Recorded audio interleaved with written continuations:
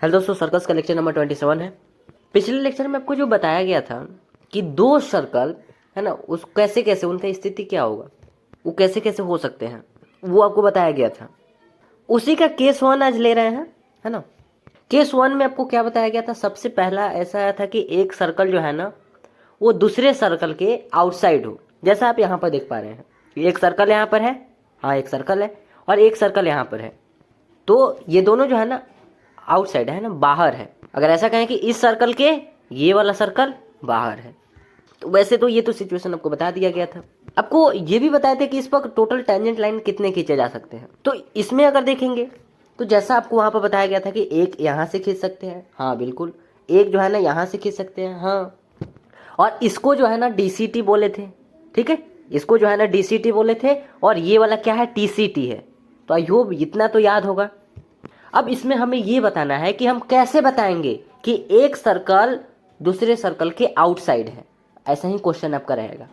Question में equation दिया रहेगा, सुन रहे हैं ना, क्वेश्चन में जो है ना इक्वेशन दिया रहेगा दोनों सर्कल का, और फिर आपको बताना रहेगा, बताइए क्या एक सर्कल दूसरे सर्कल के आउटसाइड है ना। जैसे ये वाला है, केस 2 में आपको क्या बताया गया था कि ये वाला सर्कल इसको टच कर लिया था आउटसाइड में, है ना, एक्सटर्नल रूप से, है ना, एक्सटर्नल रूप से क्या किया था, टच कर दिया था, वो सॉरी टच किया है, ठीक है।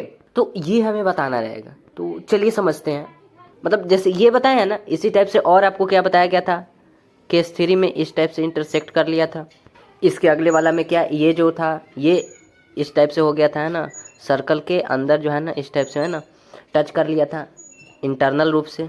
और इसके अगले वाला में इस टाइप से एक सर्कल दूसरे सर्कल के अंदर हो गया, है ना। तो हमें इक्वेशन से बताना रहेगा, ठीक है। दो सर्कल का हमें इक्वेशन पता रहेगा, इससे हमें बताना रहेगा कि बताइए कौन सा वो है, ठीक है। तो उसको अभी छोड़ते हैं, उसको क्वेश्चन में ही देखेंगे। फिलहाल यहाँ पर अब निकालते हैं। तो इसके सेंटर को इस टाइप से, इसके जो ये जहाँ पर ये प्रतिच्छेद कर रहा है ना, इस टाइप से,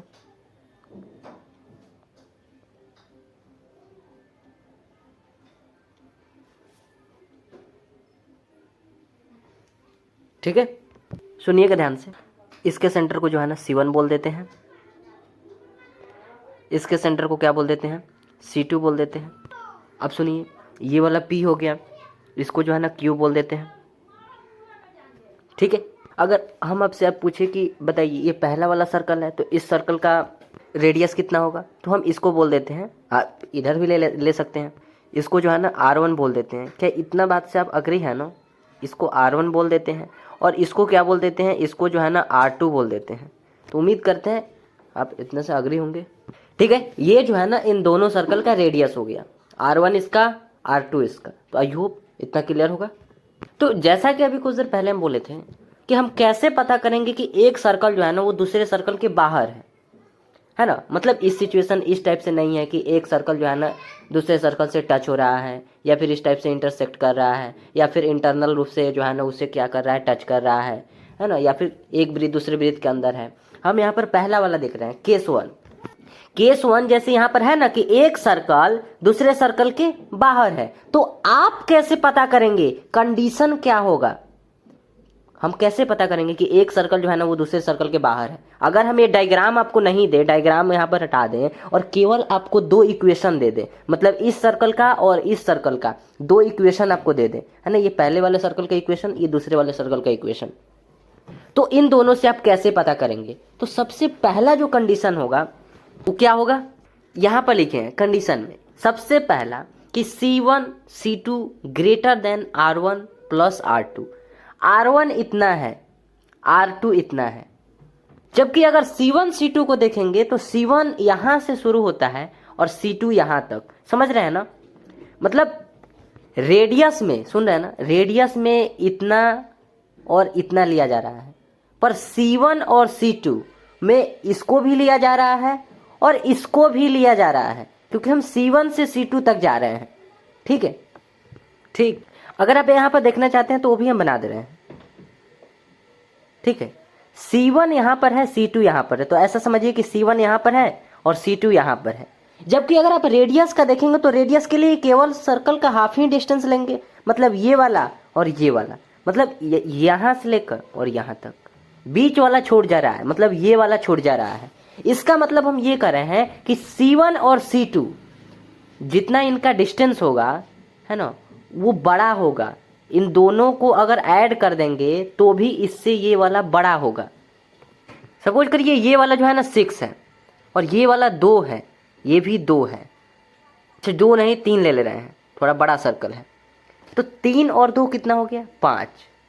जबकि C1 और C2, ये C1 है और C2 कितना आया 6, ठीक है 6 आया, तो भी तो ग्रेटर देन आया ना। पर ऐसे हमें समझाने का यहाँ पर नहीं है, मतलब इस टाइप से नहीं समझाएंगे हम। बस यहाँ पर आपसे हम ये कर रहे हैं कि C1 जो है ना यहाँ से शुरू होता है, C1 से C2 मतलब यहाँ से लेकर यहाँ तक, ये बीच वाला जो है ना इसको भी इसमें लिया जाएगा। पर रेडियस में ऐसा नहीं किया जाएगा। रेडियस पहले वाले सर्कल का हाफ डिस्टेंस और दूसरे वाले सर्कल का हाफ डिस्टेंस, ठीक है ठीक है। तो R1 R2 दोनों को यहाँ पर लिख दिया है प्लस में, ठीक है। तो इन दोनों से जो है ना C1 और C2 बड़ा होगा। और यहाँ पर हम सीधा से यहाँ पर लिख भी दिए हैं कि C1 से अगर C2 जा रहे हैं तो इतना है टोटल, ठीक है। बीच वाला भी आपको लेना पड़ेगा। पर रेडियस में ऐसा कुछ नहीं है। रेडियस के लिए हम जानते हैं कि रेडियस के लिए क्या है, सर्कल का हाफ डिस्टेंस, मतलब इतना इस सर्कल का और इतना इस सर्कल का। तो यहाँ पर देखिए तो दिए भी हैं। तो आपको बड़ा कौन दिख रहा है, बड़ा C1 C2 दिख रहा है ना, यहाँ से लेकर यहाँ तक। आप अगर इन दोनों को ऐड भी कर दे रहे हैं, हम 2 और 3 का बात नहीं कर रहे हैं, इन दोनों को अगर इन दोनों को ऐड भी कर दे रहे हैं तो भी इससे छोटा होगा। ये जो लाइन है ना C1 से C2 तक, इससे जो है ना ये वाला छोटा होगा, ऐड कर दे रहे। तो उसी टाइप से तो इसको ये जो है ना R1 है और ये जो है ना R2 है, R1 प्लस R2 यहाँ पर लिखे हैं ना, हाँ इससे बड़ा होगा C1 C2, ठीक है। अगर आप यहाँ से समझना चाहें कि ये वाला, हाँ यहाँ से लेकर यहाँ C1, यहाँ से लेकर C2 है ना, तो ये वाला जो है ना बड़ा होगा क्योंकि रेडियस जो है ना इतना और इतना। तो आई होप क्लियर होगा, नहीं क्लियर होगा तो बताइएगा। तो पहला कंडीशन होगा कि अगर सर्कल जो है ना अगर बाहर होगा, एक सर्कल है ना, एक सर्कल दूसरे सर्कल के अगर आउटसाइड है, बाहर है, तो सबसे पहला कंडीशन ये वाला होगा कि दोनों का जो सेंटर का जो यहाँ पर है ना C1 से C2 ये बड़ा होगा दोनों के रेडियस को ऐड करने पर भी, है ना, दोनों के रेडियस को ऐड करेंगे फिर भी उससे बड़ा होगा। दूसरा, इनका जो DCT होगा, यही DCT है, DCT डायरेक्ट कॉमन टेंजेंट ये वाला है जो कि 2 होगा, तो 2 यहाँ पर लिखे हैं। अरे देखिए ना, एक ये वाला है, हाँ एक ये वाला है, तो ये DCT है, ठीक है। तो DCT इज इक्वल टू 2। फिर इसके बाद अगर देखेंगे तो TCT कितने हैं, ट्रांसवर्स कॉमन टेंजेंट, सॉरी हाँ ट्रांसवर्स कॉमन टेंजेंट कितने हैं TCT, ये वाला 2, तो 2 यहाँ पर लिख दिए हैं। और टोटल कॉमन टेंजेंट कितने हैं 4, है ना, 2 ये वाला 2 ये वाला, 4 यहाँ पर कॉमन टेंजेंट है, ठीक है। DCT और TCT दोनों को मिलाकर, ठीक है। आई होप ये समझे होंगे। ये जो है ना आपका कंडीशन है, ठीक है। अब जो है ना हम लोग DCT पता करेंगे। ये जो आपको DCT दिख रहा है ना, डायरेक्ट कॉमन टेंजेंट आपको दिख रहा है ना, ये दोनों, इनका इक्वेशन पता करेंगे। तो यहाँ पर देखेंगे तो एक में लिखे हैं DCT की इक्वेशन। देखिए सर, कंडीशन यहाँ पर लिख दिए हैं, आपको इक्वेशन अगर दोनों सर्कल का मालूम रहेगा तो आप पता कर सकते हैं। अब अगली चीज़ें हम ये देख रहे हैं कि ये जो आपको डायरेक्ट कॉमन टेंजेंट आपको दिख रहा है ना दोनों, इसका इक्वेशन कैसे पता करेंगे। तो अगर देखेंगे तो ये कहाँ पर मिल रहा है, P पर, ठीक है। तो यहाँ देखिए, अगर आपको स्ट्रेट लाइन की कुछ चीज़ें याद हैं तो देखिए यहाँ पर ये P पॉइंट है, ये सेंटर है पहले वाला सर्कल का और ये दूसरे वाले सर्कल का सेंटर है, ये वाला लिखे हैं, ये वाला P पॉइंट यहाँ पर है। जैसे आगे बढ़े यहाँ पर C1 पहला सेंटर पहला सर्कल का, और इससे आगे बढ़े दूसरे सर्कल का सेंटर, तो यहाँ पर वैसे हम दे दिए हैं। ये P पॉइंट है, ये C1 है और ये C2 है, ठीक। टोटल जो है ना वो R2 हो गया, टोटल जो है ना वो R2 हो गया और ये वाला जो है ना R1 हो गया, ठीक है। अब यहाँ से अगर आगे देखेंगे तो यहाँ पर लिख भी दिए हैं, ध्यान से देखिए, देखिएगा ध्यान से। सबसे पहले हम लिखें कि P C1 C2 को R1 अनुपात R2 में ब्राहें जो है ना विभाजित करती हैं। इन दोनों पॉइंट्स के अंदर तो नहीं है, ये जो P है ना, ये P बाहर है, मतलब ये बाहरी रूप से क्या कर रहा है, C1 और C2 को R1 अनुपात R2 में डिवाइड कर रहा है, डिवाइड करता है। तो जो ये P पॉइंट है ना, ये बाहर है, बाहरी रूप से। अगर आपको अब यहाँ पर आप देख लिया ना, इस चीज़ को हम उठाए हैं और इसको यहाँ पर लगा दिए। अब आप स्ट्रेट लाइन वाला चीज़ें याद कीजिए कि हाँ, एक पॉइंट है जो कि P है, वो जो है ना C1 और C2 को बाहरी रूप से, है ना, एक्सटर्नल रूप से, सॉरी एक्सटर्नली रूप से डिवाइड कर रहा है। ये P क्या है? एक एक्सटर्नल पॉइंट है। ये जो है ना एक बाह्य बिंदु है और बाह्य रूप से, है ना, बाहरी रूप, बाहरी से ये जो है ना C1 और C2 को R1 अनुपात R2 में डिवाइड कर रहा है। ठीक है। अच्छा, अगर अब यहीं पर अगर आप देखेंगे तो जब हम लोग इसका निकालेंगे, सुनिए यहीं पर बता रहे हैं, ये जो है ना TCT है ना। तो जब हम लोग TCT का इक्वेशन निकालेंगे तो क्या करेंगे? TCT के लिए अगर आप सोचेंगे तो यहाँ से लेकर अगर यहाँ तक अगर आप देखेंगे तो बीच में जो है ना Q पॉइंट है। ये दोनों जो स्पर्श है ना रेखा, जो TCT है, ये यहाँ पर मिल रहा है। ये दोनों स्पर्श रेखा कहाँ मिल रहा था? P पर मिल रहा था। तो P जो है ना C1 और C2 को कहाँ क्या डिवाइड कर रहा है? बाह्य रूप से कर रहा है, क्योंकि ये जो है ना ये C1 और C2 से बाहर है। पर अगर आप इसका देखेंगे कि जब हम लोग TCT का निकालेंगे तो TCT यहाँ पर मिल रहा है और इस पॉइंट का नेम क्या है? Q। और यहाँ C1 और C2 को क्या करेगा? ये इंटरनली रूप से डिवाइड करेगा, अंदर है। ये जो पॉइंट है ना, ये अंदर है। तो दो टाइप के आपको बताया गया था कि बाहरी रूप से भी डिवाइड किया जाता है और अंदर से भी डिवाइड किया जाता है। ठीक है। ये Q जो है ना, ये अंदर रहकर R1 और R2 अनुपात में ये C1 और C2 को डिवाइड करेगा। तो वो हम देख लेंगे। फिलहाल आप यही वाला बताइए कि ये वाला समझ में आया कि नहीं, कि ये जो P पॉइंट है ना, वो C1 और C2 को R1 अनुपात R2 में क्या कर रहा है? डिवाइड कर रहा है। ठीक है। और जब बाह्य रूप से विभाजित करता है तो उसका भी फॉर्मूला आपको पता है। क्या कहना चाहते हैं हम? कि जब P जो है ना ये बाह्य एक्सटर्नली रूप से जो है ना ये डिवाइड कर रहा है C1 और C2 को, तो जब ऐसा होता है कि कोई बाहरी पॉइंट अगर डिवाइड कर रहा है तो इसका हम लोग कोऑर्डिनेट्स पता नहीं करते हैं, इसका निर्देशांक निकालने के लिए यूज नहीं करते हैं। अगर आप देखना चाहते हैं तो देख लीजिए, ये बाह्य विभाजन है। बाह्य विभाजन में आपको बताया गया था, एक्सटर्नल डिवीज़न में आपको बताया गया था ये वाला, कि कोई P पॉइंट है, ये Q पॉइंट है और ये R है। तो ये जो R है ना, वो P और Q को M अनुपात N में डिवाइड कर रहा है। मतलब इस R का जो है ना आपको कोऑर्डिनेट्स निकालना है। तो ये लिखे हैं, तो R का कोऑर्डिनेट्स कैसे निकालेंगे? तो इस टाइप से बस माइनस लगा दिया जाता है। ठीक है। तो उम्मीद करते हैं आप निकाल लेंगे। तो जब आपको P का कोऑर्डिनेट्स मिल जाएगा, सुनिएगा, जब आपको P का कोऑर्डिनेट्स मिल जाएगा मतलब इसका कोऑर्डिनेट्स आपको मिल गया, जहाँ पर ये दोनों है ना, अगर स्पर्श रेखा बोले या फिर DCT बोले तो डायरेक्ट कॉमन जो ये टेंजेंट है, इसका मिलन जहाँ पर ये मिल रहा है ना, वो हमें पता चल जाएगा उसका कोऑर्डिनेट्स। ठीक है। तो यहाँ से क्या लिख लेंगे कि P का कोऑर्डिनेट्स का प्रयोग करते हुए, करके स्पर्श रेखा की इक्वेशन हमें लिखना होगा। हमें स्पर्श रेखा लिखने के लिए क्या क्या चाहिए? अगर हमें पता चल गया कि इसका जो है ना, हम P का जो है ना यहाँ पे x1, y1 लिख देते हैं। आपको पता चल जाएगा ना, एक्सटर्नल रूप से आप तो समझ गए हैं कि हाँ P जो है ना, ये जो है ना कोई बाहरी पॉइंट है, बाहर से ये डिवाइड कर रहा है। इसका मतलब अब इसका पता कर लेंगे, अभी आपको बताए हैं, तो मतलब इसका कोऑर्डिनेट्स आ जाएगा। तो किसी भी लाइन का इक्वेशन पता करने के लिए हमें क्या चाहिए? एक पॉइंट चाहिए। तो एक पॉइंट तो मिल ही गया, एक पॉइंट, और पॉइंट के साथ अगर एक और पॉइंट मिल जाए तो भी ठीक है। पॉइंट का मतलब जैसे है ना, दो पॉइंट अगर हमें पता चल जाएगा ना, P x1, y1 और एक Q पॉइंट जो कि x2, y2, अगर एक लाइन है उस पर दो पॉइंट पता चल जाए। अब यहाँ पर अगर देखेंगे तो यहाँ पर केवल इसी का कोऑर्डिनेट्स हमें मालूम है, इसके अलावा इस लाइन पर कोई और पॉइंट है ही नहीं। तो क्या करेंगे? तो केवल एक पॉइंट और इसके साथ एक स्लोप हमें चाहिए होगा। और आपको ये पहले भी आपको बताया गया था कि टेंजेंट लाइन का जब आपको स्लोप आपको निकला, जिस भी लेक्चर में है ना इसको सीखे थे, है ना, कि टेंजेंट लाइन का इक्वेशन कैसे निकाले, तो उसमें ऐसा ही किए थे, है ना। तो एक पॉइंट जब हमें मालूम है तो स्लोप को हम लोग मान लेंगे, एम जो है ना स्लोप को मान लेंगे, जैसा वहाँ पर किए थे। आई होप, हमें लगता है आपको याद होगा। देखिए यहाँ पर P के निर्देशांक है ना, P के निर्देशांक जो कि P जो है ना इस लाइन पर है, तो एक पॉइंट और M का यूज कर लेंगे। P के निर्देशांक का प्रयोग करके स्पर्श रेखा का इक्वेशन हम लिख सकते हैं। कैसे?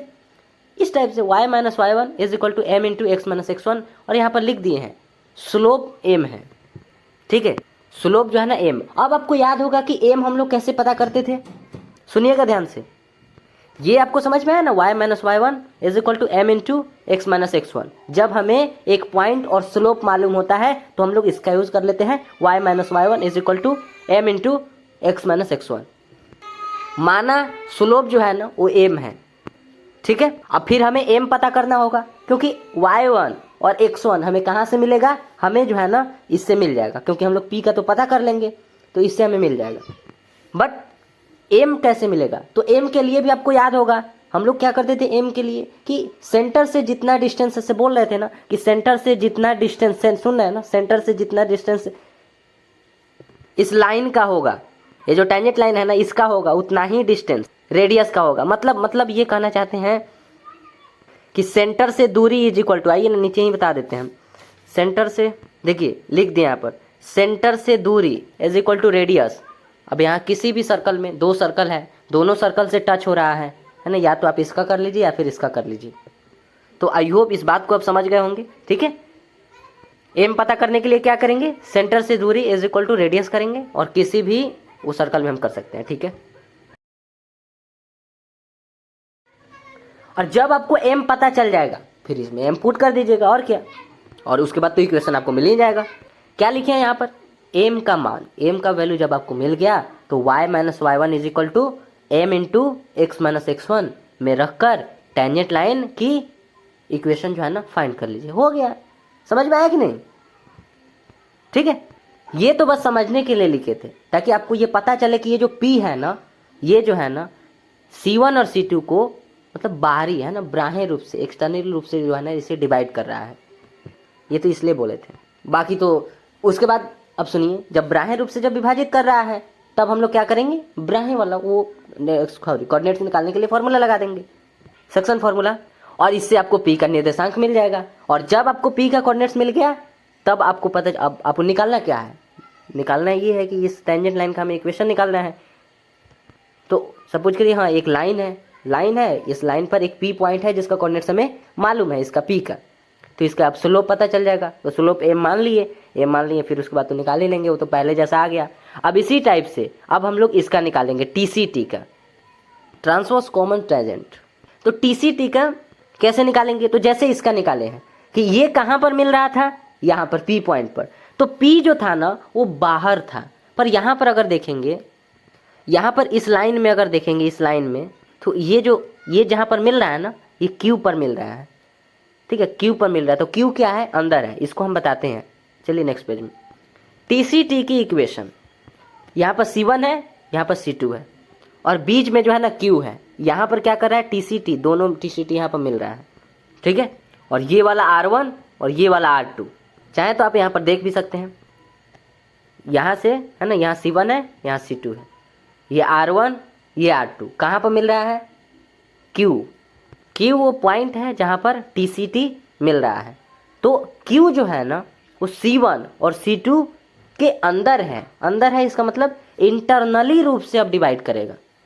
तो फिर उसी टाइप से ये समझने के लिए किए थे, हमें मकसद क्या है कि Q का हमें कोऑर्डिनेट्स पता करना है। अब यहाँ पर Q जो है ना C1 और C2 के अंदर ही इसको डिवाइड कर रहा है R1 अनुपात R2 में। Q C1 C2 को R1 रेशियो R2 में अंतः विभाजित करता है, ठीक है। तो ये तो बस लिखने के लिए, बाकी हमें मकसद तो बस समझ ही रहे हैं कि हाँ Q का कोऑर्डिनेट्स हमें पता करना है।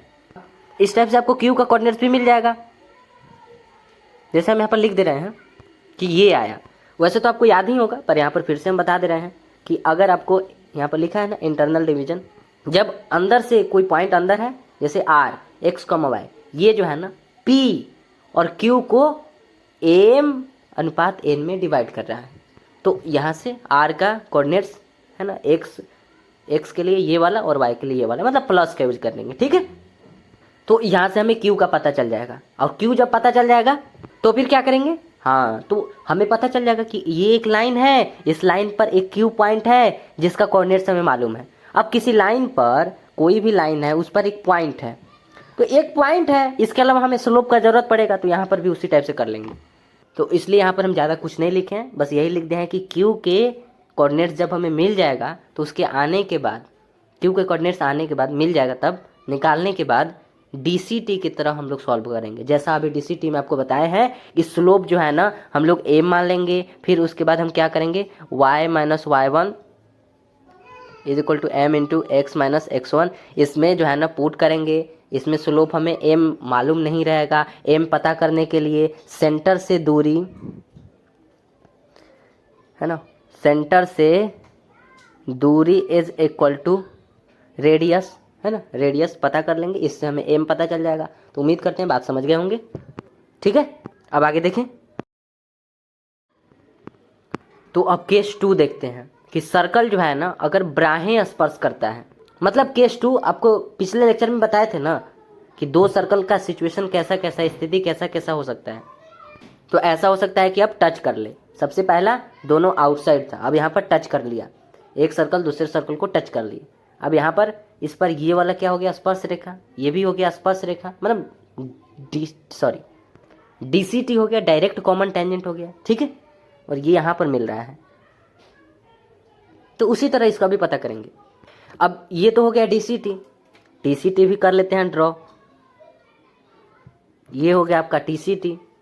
तो क्या करें, तो सबसे पहले तो इस यहाँ पर सेंटर का काम कर लेते हैं। तो यहाँ से ये क्या हो जाएगा R1 हो जाएगा, और ये क्या हो जाएगा R2 हो जाएगा, और इसको जो है ना आगे बढ़ा देते हैं।